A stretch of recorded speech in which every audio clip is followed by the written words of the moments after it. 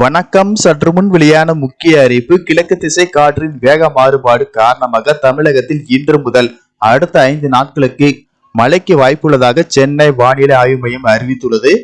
இதை பத்தியும் மேலும் சில கூடுதல் தகவலை தான் இந்த வீடியோல பார்க்க போறோம். இந்த வீடியோவை கடைசி வரைக்கும் ஸ்கிப் பண்ணாம பாருங்க. வீடியோக்குள்ள போறதுக்கு முன்னாடி இந்த சேனலை இது வரைக்கும் சப்ஸ்கிரைப் பண்ணாதவங்க சப்ஸ்கிரைப் பண்ணிக்கோங்க.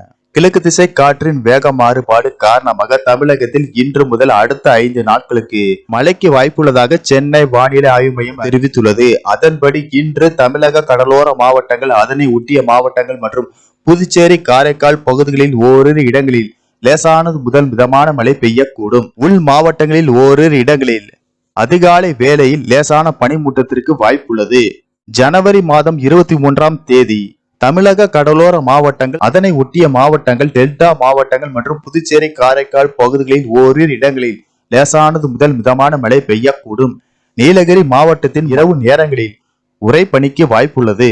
வருகிற 26ஆம் தேதி வரை தென் தமிழக மாவட்டங்கள், டெல்டா மற்றும் அதனை ஒட்டிய மாவட்டங்கள், தமிழக கடலோர மாவட்டங்கள், அதனை ஒட்டிய மாவட்டங்கள் மற்றும் புதுச்சேரி, காரைக்கால் பகுதிகளில் ஓரிரு இடங்களில் லேசானது முதல் மிதமான மழை பெய்யக்கூடும். சென்னையை பொறுத்தவரை அடுத்த 48 மணி நேரத்திற்கு வானம் ஓரளவு மேகமூட்டத்துடன் காணப்படும் என்றும் நகரின் ஒரு சில இடங்களில் லேசான மழை பெய்யக்கூடும்.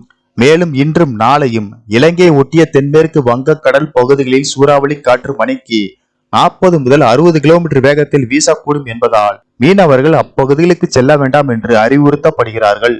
மேலும் நாளை தமிழக கடலோர மாவட்டங்களில் மழை பெய்யக்கூடும் என்பதால் மழையின் தீவிரத்தை பொறுத்து அந்தந்த மாவட்ட ஆட்சியர்கள் பள்ளி, கல்லூரிகளுக்கு விடுமுறை அறிவிப்பார்கள் என எதிர்பார்க்கப்படுகிறது.